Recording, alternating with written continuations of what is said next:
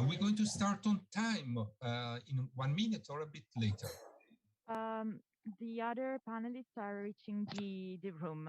So in a few minutes, I will give you the sign.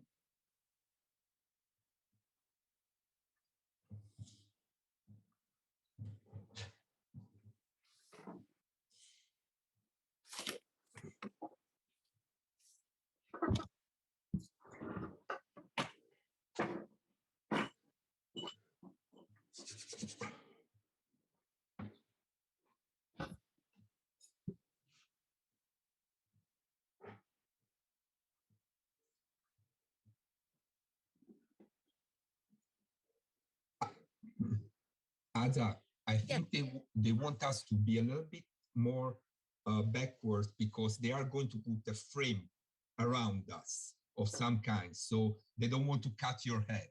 So, yeah, am I right, Beatrice? Yeah, I think that's okay. Yeah.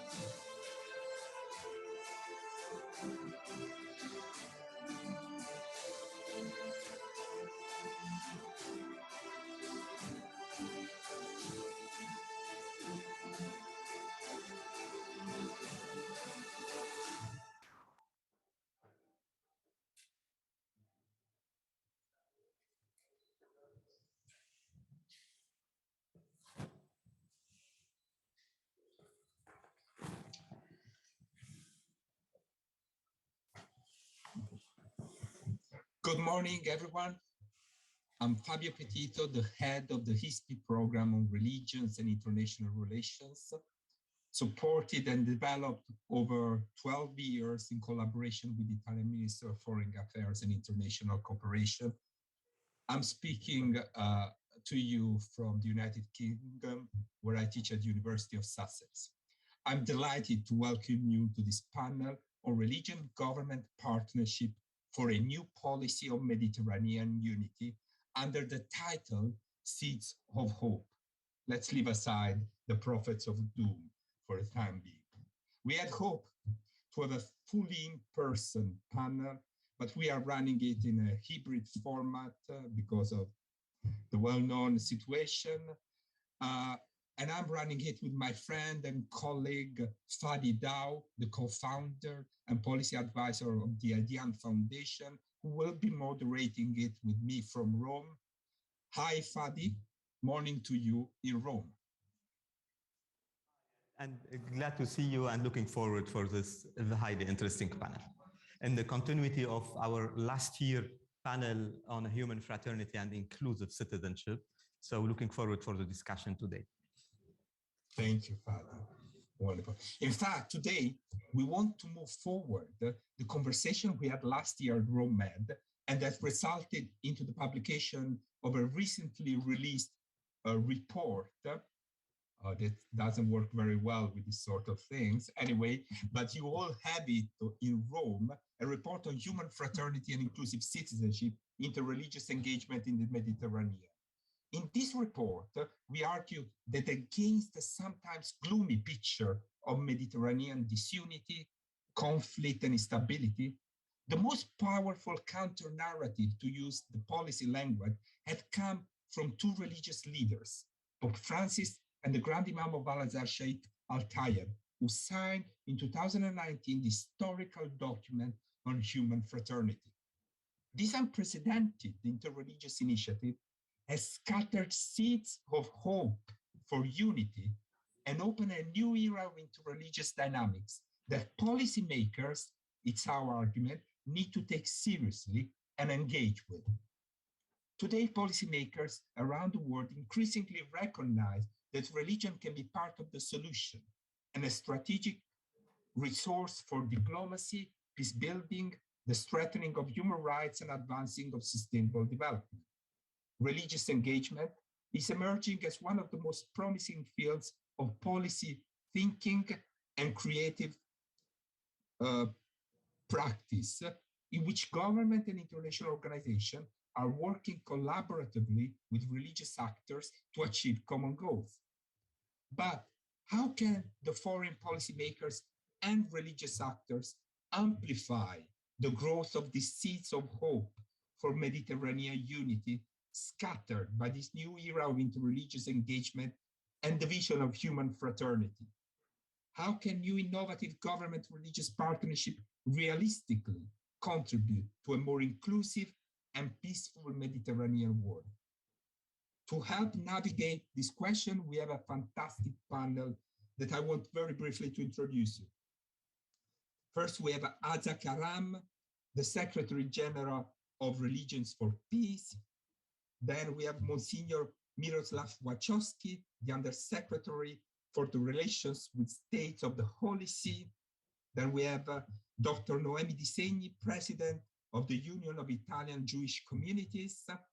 Then we have Margaret Karram, the President of the Focolare Movement. And we have Dr. Haya Aljadoua, the advisor of the Secretary General of the World Muslim League. And finally, last but not least, to open our discussion, we are very honored and delighted to have the Italian Vice Minister of Foreign Affairs and International Cooperation, Marina Sereni, which will offer some opening remarks to set the stage of our conversation. I don't have the time to introduce more details of every speaker. I just want to point that 5 out of the 6 speakers representing governments and religious institutions in this panel are women. And I can tell you, this was not intentional. It was not based on any gender balancing strategy. We were simply looking for the best speakers, and there we are. That's what we got. And I want to highlight that of all the panels of this very large Rome Med conference, the panel on religion in the Mediterranean is probably the one with more female speaker, which is quite striking. But of course, apart from the Women Forum, probably. So it's a sign of the time. Without further ado, I want to thank again Marina Sereni, the Vice Minister, to join us and for being such a strong voice and advocate for the need of a careful consideration of the religious dimension in foreign policy and for helping us in strengthening the religious engagement capacity for the common good in the context of Italian foreign policy. Honorable Marina Sereni, the floor is yours.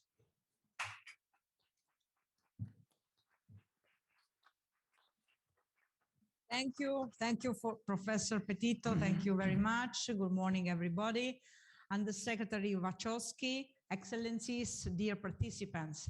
I am very pleased to be part of this discussion, and I would like to congratulate all those who have made this event possible. I am also very grateful to our distinguished panelists for joining us in this debate. They represent different faiths, religious traditions, and faith-based organizations. By their presence here, They give us a glimpse of the diversity of our societies and the richness of our common Mediterranean heritage. I would like also to stress another meaningful point that also Professor Petito mentioned before. Our panel has a remarkable female presence, something unusual if we think of religion as a traditional male-dominated domain. This proves that change is possible and centuries-old barriers can be broken down if all involved parties show goodwill. For the second time in a row, the Rome-Bed dialogues feature a discussion on religion. This is also something new, as the prevailing attitude in the past and mainly in the West was that any interaction between politics and religion is potentially dangerous. Now this vision is evolving into a more sophisticated one, and many governments have come to the conclusion that religion can actually help heal some of the wounds of our societies. Polarization is on the rise. Such phenomena as nationalism, populism, racism, and discrimination flourish where there is a lack of mutual knowledge. Ignorance fuels tensions. Therefore, religious institutions have a vital role to play in bridging these gaps through outreach efforts toward people belonging to other faith communities. If religious representatives engage in genuine dialogue and show their willingness to work together for the common good, people will likely follow their example, and there will be positive spillovers on the community level. On the contrary, if religious actors keep an inward-looking approach and refrain from cooperating with their counterparts, such general feeling of mistrust among members of different religious communities will persist. Governments can help this process and encourage religious actors to open up to dialogue by providing the right venues and incentives and facilitating contacts. When people are persecuted and displaced because of their religions or belief, societies are impoverished and weakened. Conflicts and the rise of extremism and terrorism engender deep social and demographic changes, which are only partially reversible.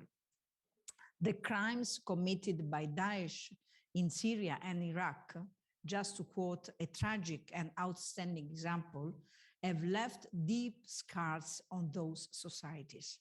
The response to such challenges should not be left to governments alone, but rather requires stronger partnerships between civil and religious institutions. Tensions across sectarian lines will mostly affect smaller groups and communities, which are essential components in the social fabric of any country. In 2019, we co-sponsored the resolution of the United Nations General Assembly for the establishment of the International Day commemorating the victims of acts of violence based on religions of belief. In the same year, the Italian Parliament launched a fund to support persecuted Christian minorities in crisis areas. Through the fund, we are supporting projects in Iraq, Lebanon, Syria, and Palestine, and the selection of new initiatives is underway. Interreligious and intercultural dialogue and the fight against all forms of discrimination based on religion or belief should remain part of our commitment to advance a positive agenda in the broader Mediterranean and beyond. Our capacity to respond to today's challenges will greatly benefit from recognizing the potential of religions and drivers for peace and human development, as well as for fostering a greater respect for human rights and for diversity. Religious actors should play an active role in conflict prevention and mediation, along with international organizations, governments, and civil society, as they enjoy a significant outreach capacity that makes them key partners in finding solutions to ongoing tensions. I personally conveyed these messages on the occasion of two important events that have been organized in the last months. In Bologna, during the G20 Interfaith Forum, and in Dubai during the Global Interfaith Summit hosted by the Italian Pavilion at Expo Dubai. In the MENA region, where religion still largely permeates people's life, faith has the potential to foster new social paradigms. Whereas religion used to be a source of division and discrimination at times, today it can become a driver of change if people rediscover its intrinsic meaning, one that binds people rather than driving them apart. Respect for human dignity and life, solidarity and peace are values shared by most religions. Most recently, ISPI and its research partners have been focusing on the concept that is well shown in the book of inclusive citizenship as a new social and legal paradigm for the MENA region. At its core lies the principles that religious differences should not be a reason for discrimination among citizens, but rather a source of strength. People's rights and duties will therefore not depend on their religious affiliation, and all citizens will be part of the social and political life on an equal footing. I believe such vision should inspire any attempt to foster social development and political participation in the region. Today's discussion is a new step in our partnership with the religious actors and part of our joint efforts to advance common goals and values domestically and internationally. Thank you for your attention.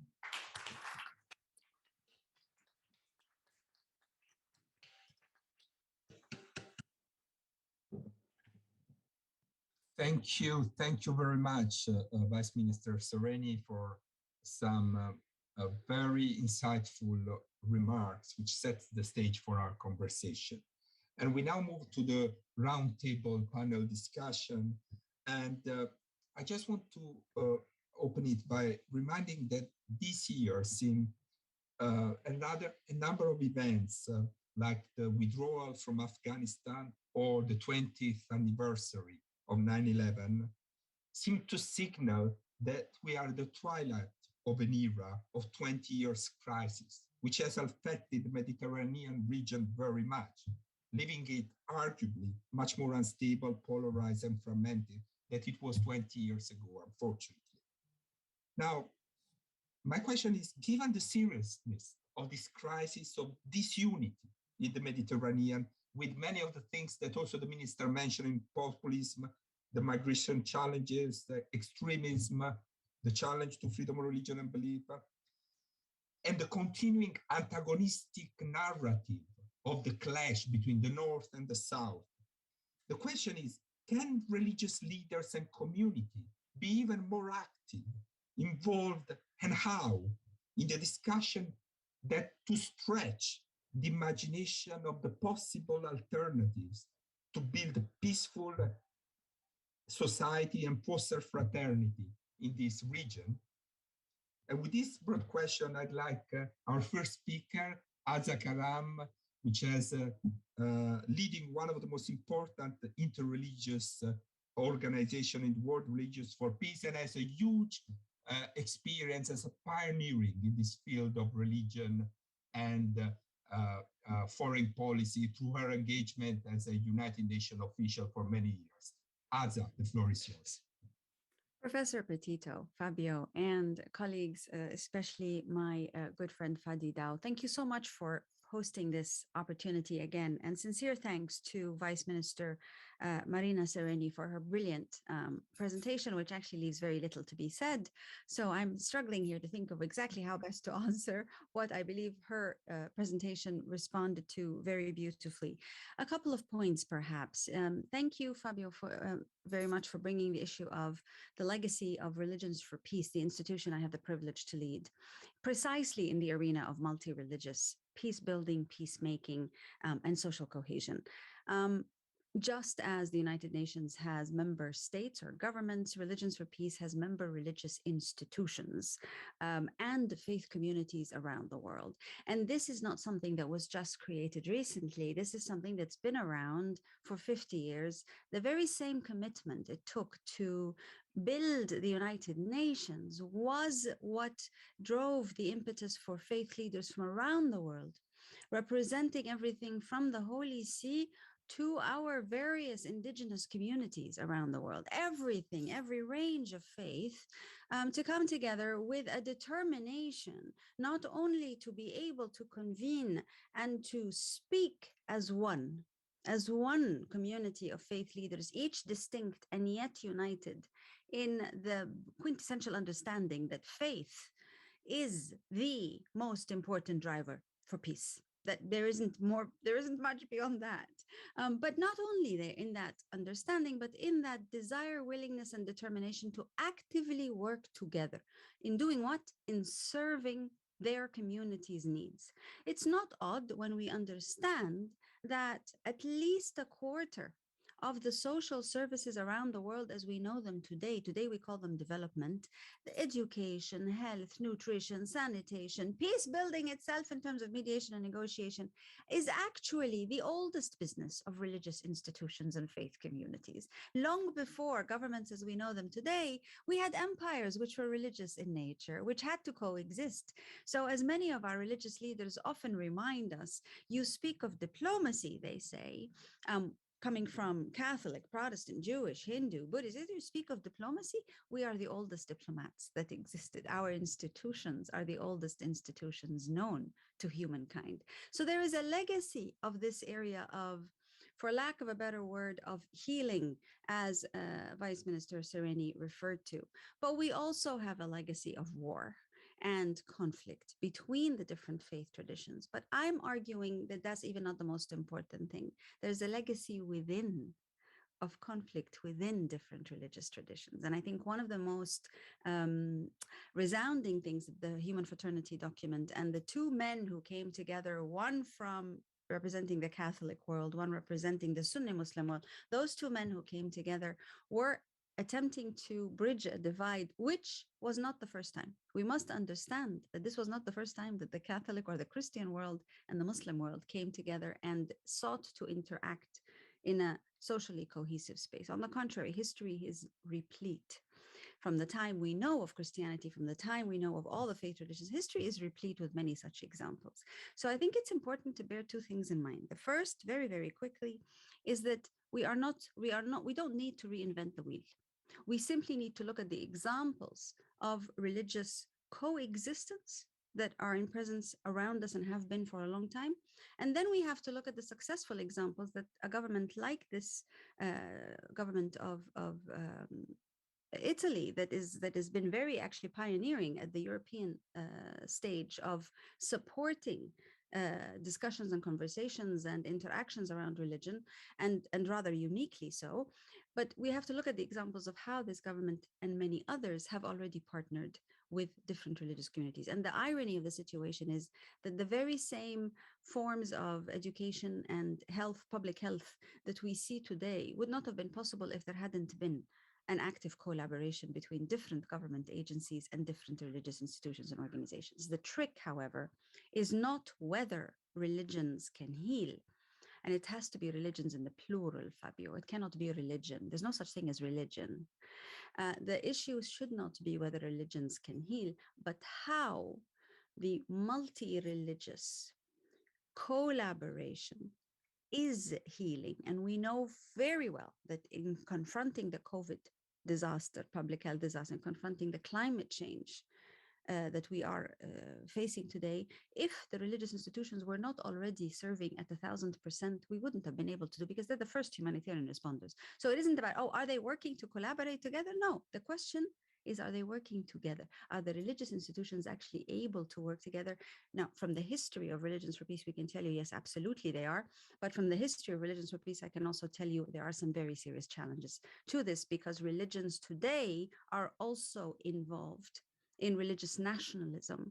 And it's not just Muslim countries, it's not just Muslim communities, but Jewish, Hindu, Buddhist. We have to understand that this is the age of indeed religion in politics and religion's roles in politics, but this is also the age where religious divisiveness can spell disaster. Thank you very much, Azza.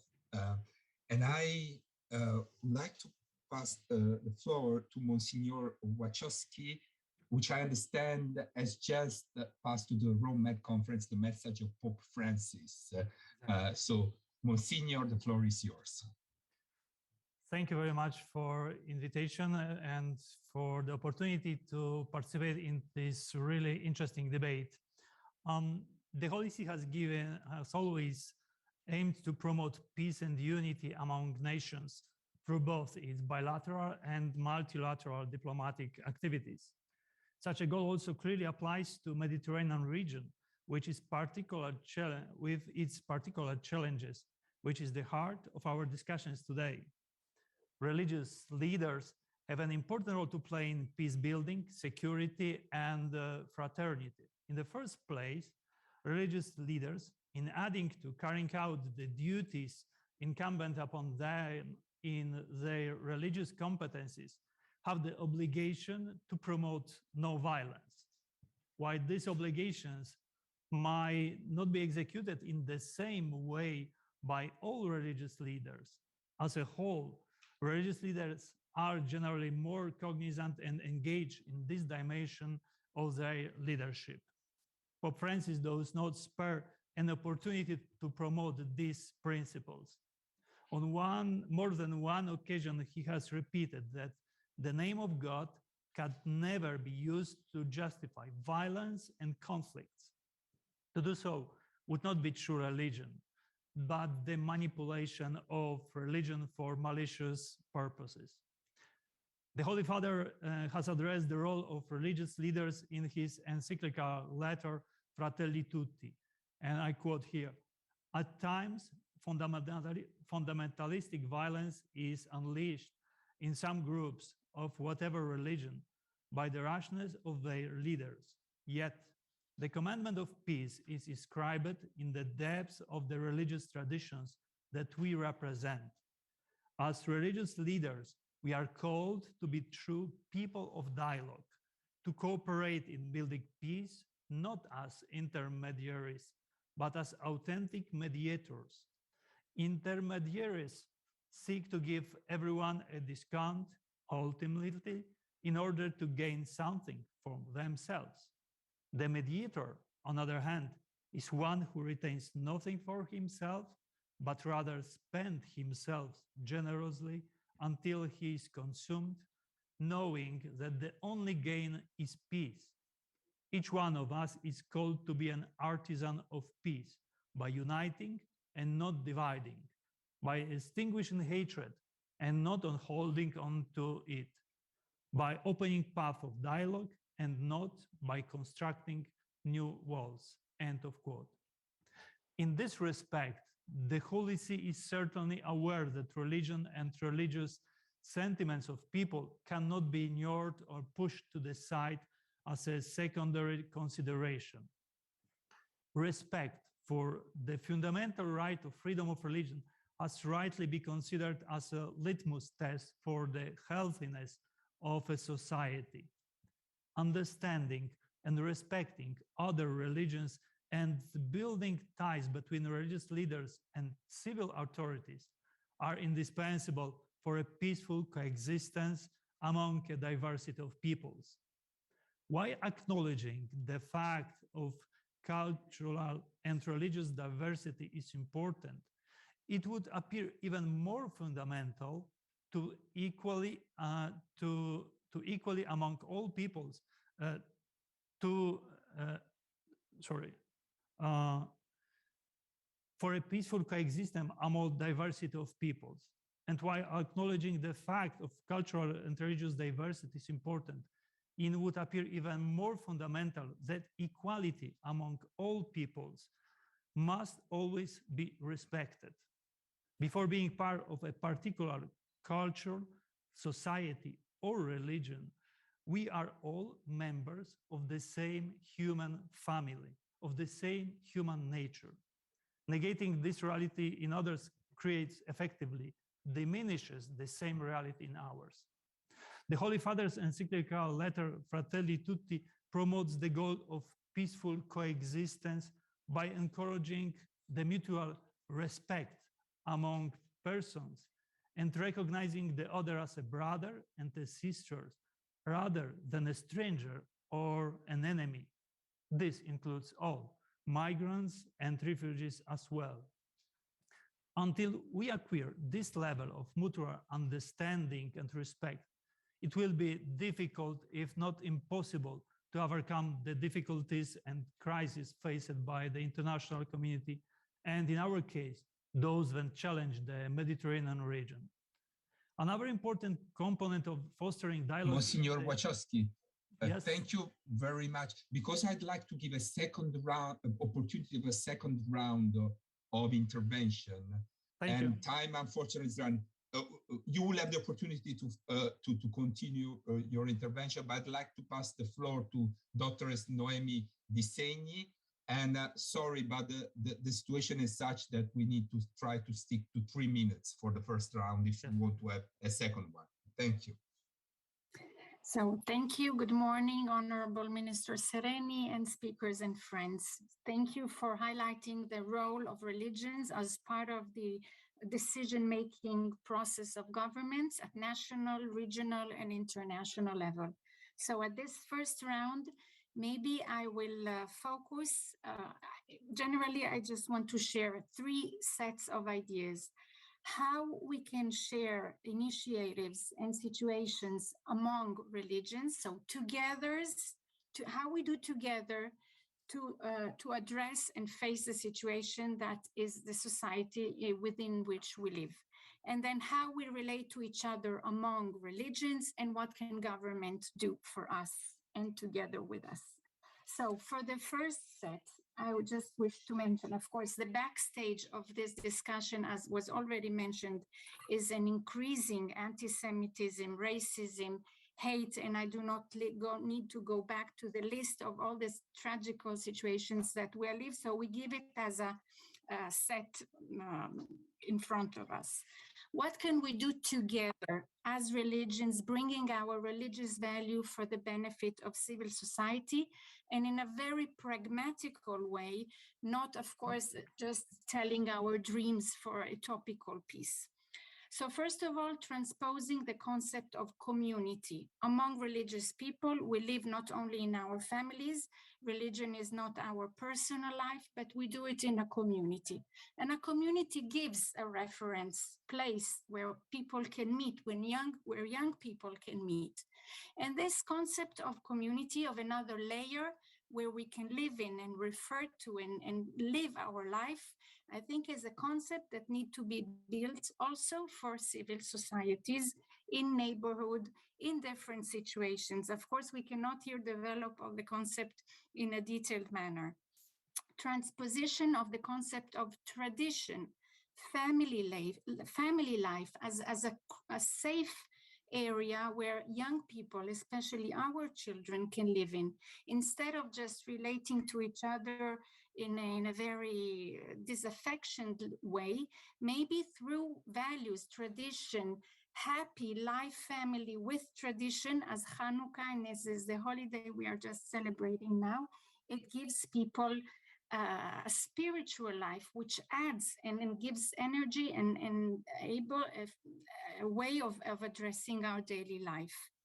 transposition from our religious experience of educational methodologies, how we teach, how we learn.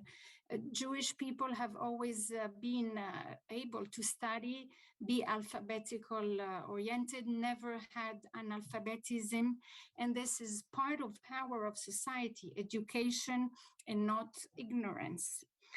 Put values and resources of support to humanitarian emergency, as we know about Afghanistan. And here I would just like to cite one sentence from the Mishnah, לא עליך המלאכה לגמור ולא אתה בן חורין להיבטל ממנה. Means we do not need to finish all the work. We cannot do everything by ourselves, but we are not free to feel that we cannot do anything and we are not even starting. So we need to start and do what we can do, even if we, with our very limited resources, we cannot do everything.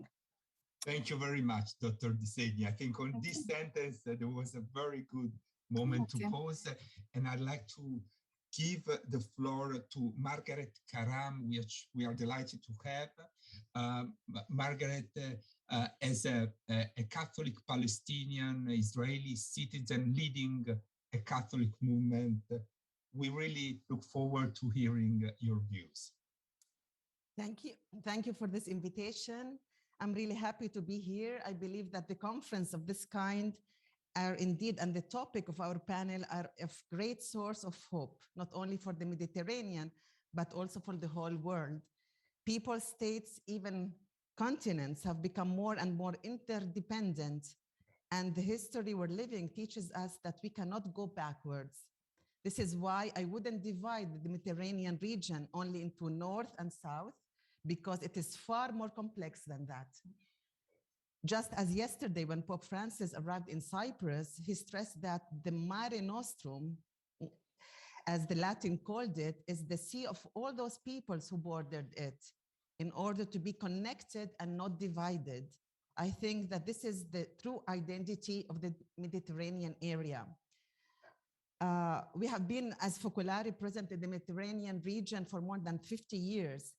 And we really understood that bringing interreligious engagement into everyday life, helping people in their concrete and urgent needs, is the lesson that we have learned and which we greatly value.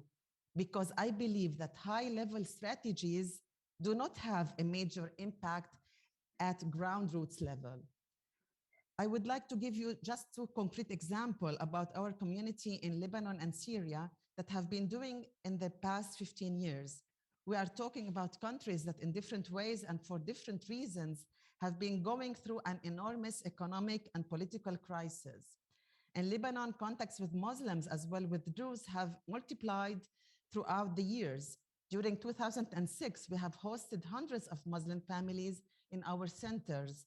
Then after the war, a group of Focolare members opened a school for people with hearing difficulties, which later extended its activities to Syria and Jordan. We were also able to help some Syrian refugee camps and to collaborate for education and dialogue with Muslim organizations. In Syria too, there are several communities of the movement that remained in the country to support the people and help in the reconstruction. Since the beginning of the war, 2012, we launched an appeal to the international community of the Focolare and throughout the NGOs and other associations. We have been able to help families in need. Today, also thanks to international cooperation, we are carrying our several projects in the field of health, professional training for young people, reconstruction and care for war casualties. Our project offers work to about 100 people, and there are about 1,500 direct beneficiaries. We call these projects Seeds of Hope. It's a nice coincidence with the title of our panel. And we are certain that together with the work of many others, they will contribute to giving life to a new Syria. Finally, I want to quote the words of a Muslim woman which was moved to another city of hers, and she received physiotherapy support from our Christian workers. And she said, "Displacement is a very painful condition, but I love the coexistence with Christian people. I realize that our religions have the same seed at their core, love and care for others. Finally, I think we can offer one important idea. People first. Concrete human beings should always be at the core of any policy. Thank you. Thank you very much, Margaret. And I'd like to pass the floor to Dr. Haya Aljadoua. Please, Dr. Haya. Hello, everyone. Ladies and gentlemen, just to begin, happy holidays and Merry Christmas to everyone who's celebrating. And Hanukkah Samich, I hope this is correct to everyone. Let me express my gratitude from Muslim World League to the Rome Med 2021 dialogue organizers and to convey the message of His Excellency Dr. Mohammed Al-Isa to all the organizers and all the participants. First of all, I think we have to believe that the power in the hands of the people of Mediterranean. I think they are the best incubators for the dialogue of civilizations due to their cultural, national, and religious diversity. Therefore, I think the convergence plays a proactive role against the intensification of conflicts and the consolidation of rupture between the West and the East, so that the clash of civilizations and culture does not become in the conflict of the 21st century. Despite the importance of historical, cultural, national, religious, and economic factors in the region, I think that the existing conflicts in the region, we cannot summarize it as a North-South conflict or Christian-Muslim conflicts or conflicts related to Israel. Rather, they are more complex conflicts, I think, in which the great powers and neighboring regional powers intervene. There is no doubt that religions have a wide acceptance in the consciousness of their believers. So I think the religious leaders have the power and they have to influence the hearts of their followers by explaining the correct teaching of the religion characterized by moderation and tolerance. And I quote, I mean all the religions, Christianity, the Jewish or Islam. And I think religious leaders must play their role in correcting the religious concepts of their followers and spreading, and this is the most important point, spreading a culture of human brotherhood within the framework of one Abrahamic family. In fact, I think that we think and we believe that the problem in the region, it's not about religion, it's about the political. Since the religions have coexisted in our region for 1,400 years and we are still able to restore that positive model of coexistence. Regarding the violence, violence, I think we have to address the problems that generate violence, which is the most important, which is extremism, which is for eliminating extremism. I think we need to study its core causes and motives, and we believe that the most prominent of which are in our region is marginalization, exclusion, racial discrimination, hate speech, poverty, unemployment, ignorance, wars, and conflicts. Finally, at the Muslim World, we have started a number of partnerships with various organizations representing different religions to restore confidence between the different parties and to deliver the message of Muslim to all the world. And we believe that the Mediterranean countries should work to achieve comprehensive unity, joint action, cooperation, collective commitment. And I think they have to have a sincere civilized dialogue without any preconceived ideas or backgrounds. Thank you very much, Dr. Haya. Thank you very much for your intervention. And I'll pass give the floor to my co-moderator, Fadi Daou in Rome. Fadi, to you. Thank you, Fabio, for the moderation of this first round. that it was extremely rich, but took lots of our time because we still have almost 15 minutes remaining. I have the terrible timer in front of me here. So I would ask our speakers to change a little bit the rhythm of our discussion and to focus on one specific point in the second round with 2 minutes for each of our speakers, because the second round will focus more on the question of minorities and the challenging situation that we are witnessing nowadays, especially in the eastern part of the Mediterranean. I think about Iraq, Syria, Lebanon. I'm also thinking about this great declaration on human fraternity that was co-signed by Pope Francis and the Grand Imam of Al-Azhar in 2019. And in this declaration, they both signed this fact of asking us, requesting from religious leaders and policymakers at the same time to abandon the usage, the political usage of the concept of minorities and to move to the adoption of the full and inclusive citizenship as a paradigm that it was mentioned by the Vice Minister in the opening word, the paradigm for social and political stability and coexistence. So based on this request coming from these two religious leaders, but at the same time, based on the concrete reality that we see, it is extremely challenging. I mean, the social fabric and the diversity within many countries is today really threatened. How we can cope with this? What could we expect from political actors and religious leaders and their collaboration together to face this challenge within the Mediterranean region to ensure and facilitate the growth of the seeds of hope that we were speaking about them and preserving cultural and religious pluralism in the region. Azza, I know this is a very challenging time for you. I think you are in New York now, so we are not allowing you to have a good night. But again, I would like to ask you to start commenting on this very practical issue and with one specific idea. You are at the head of Religions for Peace, other multi-religious or interfaith organizations working in this field, Adyan and others. Speak on behalf of all those organizations and tell us what do you expect from religious leaders and policymakers to really help us to move from minority paradigm to inclusive citizenship paradigm. Thank you very much indeed, Fadi. First of all, we have to acknowledge that this minority paradigm is a politically inspired and conspired reality.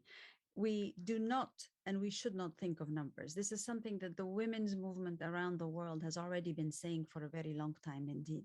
It isn't about the numbers, it is about the roles and most certainly about the values and most certainly about a legacy of coexistence and social service to all communities. We heard in the previous panel how many of these incredible initiatives, many now women, are actually contributing to serving all. So it may be a Catholic inspired initiative, but it is working to serve all in any community. I think we understand and we must that citizenship is about coexistence first and foremost. It isn't about a coexistence between numbers. It's a coexistence between communities and their values. And the best way to assess this, which is what governments have to use as their criteria, as their litmus test for what to do, is not to look at the numbers of different faithful adherents, but indeed to be able to assess the impact of the service of these different communities to the entire world that they live in and that the community that they serve. In other words, are we looking at Christian minorities because of their numbers in the region of that we both come from, or are we actually looking at the value added of how these communities continue to serve everyone, whether they are Christian or Muslim or otherwise? It is those who serve selectively who cause harm, those who serve together who are actually building a genuine citizenship of peace. Thank you. Thank you very much, Hada, pointing that it's not about numbers, but about roles and participation in building together with other societies. But Monsignor Wachowski, I know the concern in Rome, I mean, in the Vatican, about also the reality of Christian presence in the Middle East and the diminishing presence of Christians in the Middle East. So what you would like to say on this specific point? Well, thank you very much for this question. I think that any response to this question needs to acknowledge that governments must treat their citizenship equally under the law. And this equality, of course, must be founded on the most fundamental reality that should be unifying factor, if you will, of any country, namely the respect for inviolable dignity of every human person, regardless of race, class, language, color, ethnicity, or religion. And in order to achieve this recognition of equal citizenship, the Holy See has continually demanded equal treatment for all members of any polity, in accord with the rule of law. Religious minorities in whatever country they find themselves, and regardless of their religion, must not be demoted to second-class citizens. It is this mentality of creating categories of persons, some with more and other with less dignity and right, that must be surpassed in order to bring about unity both with and among nations. Thank you. Thank you.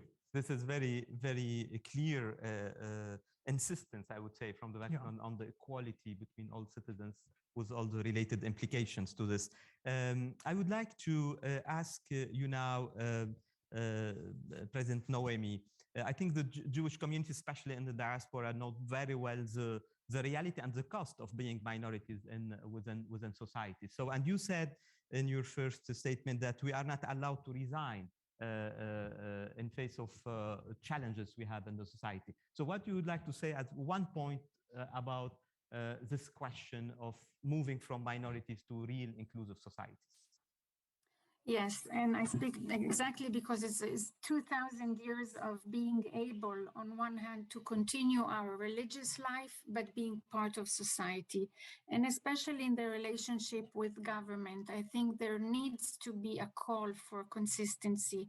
First of all, and maybe this is the place to say it, for international organization, resolutions of the United Nations, how do we reflect what we say at a national level in the international relationships and policies? And I know it's a very challenging and difficult issue, but our expectation is an expectation of consistency. There is a lot of work to be done on the legal aspects relating to hate crimes.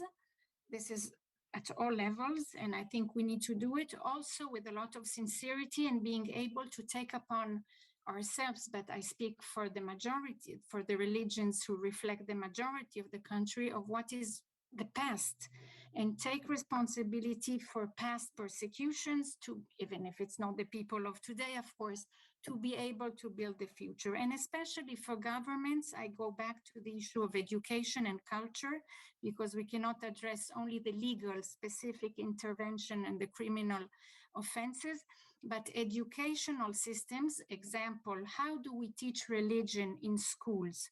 So today, public schools in Italy have 1 hour which is dedicated to the majority religion, and the others are just free to do what they want. So we need to understand how we rebuild the concept of religious education, which is not teaching for people how to be religious in the public school, but how do we teach religions in public school? What do we say about the other religions?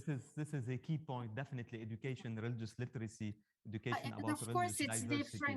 It's different in religious countries, and we have a lot in the Mediterranean area. So I think it's an interesting topic, a dialectic between teaching religion and teaching in schools, in religious school, teaching in public schools. What do we teach, where, and how?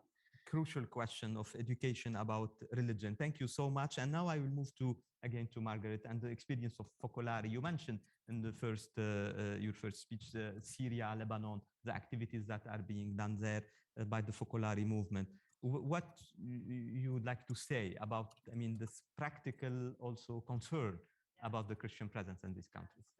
Very briefly, I believe that in the Mediterranean region, government policies should create a political environment favorable to pluralism and equal citizenship. And this is very important. This is my personal experience. And I think that religions can also be part of the solution, because they can offer and promote a different narrative, because each one of us has a different narrative, and we have to listen and to understand and to respect to the narrative of the other person. And I think the religion has a lot to do with that. as love and care for every human being is the core of this message.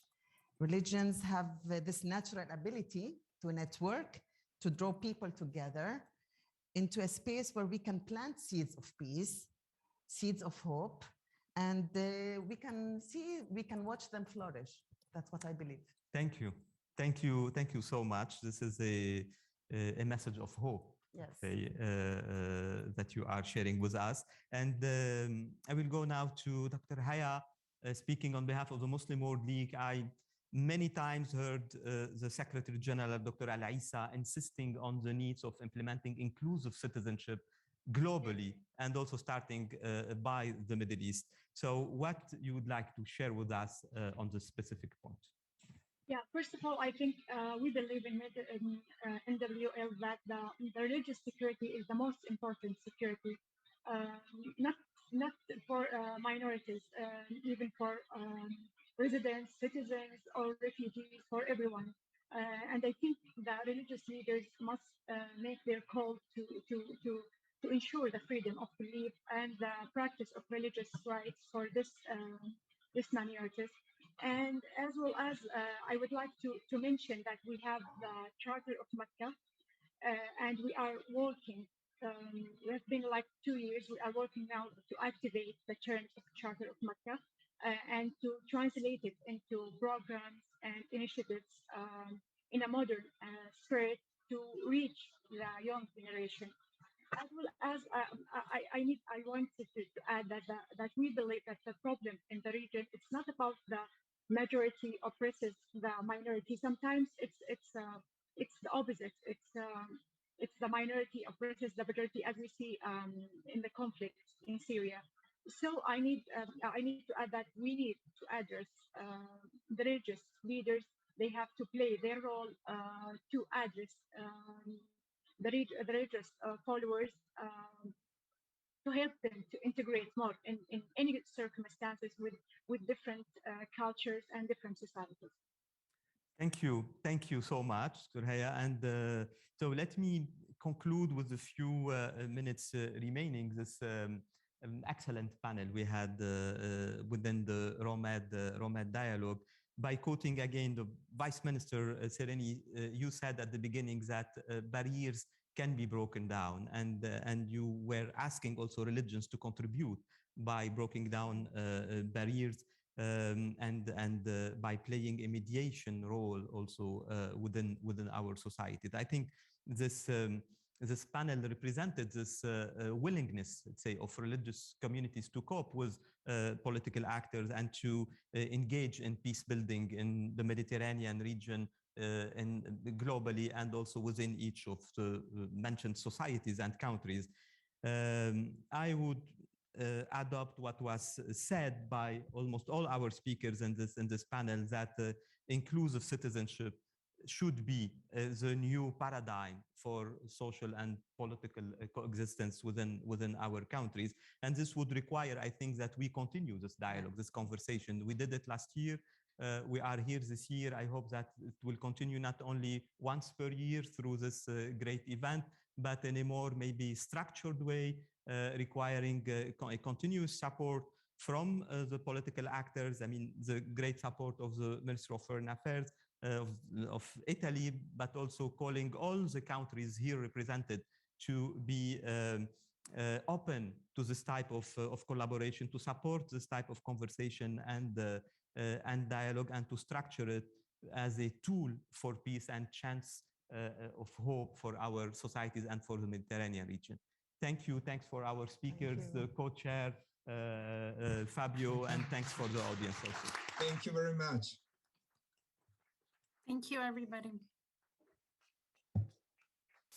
Thank you.